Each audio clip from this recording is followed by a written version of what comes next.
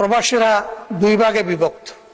একটা অংশ যারা কার্যত রুজি রোজগারের জন্যই পা বাড়ান, আমরা তাদেরকে শ্রমিক বলি। আমি শ্রমিক বলতে নারাজ।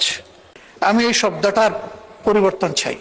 তাদের জন্য সম্মানজনক কোনো শব্দ ব্যবহার করা, এক শব্দে সবাই অ্যাকোমোডেট হবে, এরকম কোনো ভালো শব্দ নিয়ে আসেন যেটা অন্তত তাদেরকে মানসিকভাবে কিছু সান্ত্বনা দেবে যে দেশ তাদেরকে ভালোবাসা এবং শ্রদ্ধার জায়গা থেকে দেখে।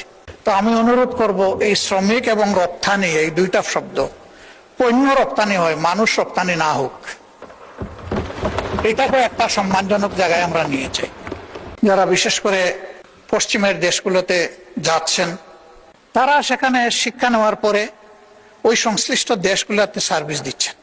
ইতিমধ্যে শুনেছেন বিমানে যে ওয়াইফাই সংযুক্ত হয়েছে, এর মেইন কারিগর ব্যক্তিটি কিন্তু বাংলাদেশের। তার টিমে 13 জন ছিল, সেই লিড করেছে টিম।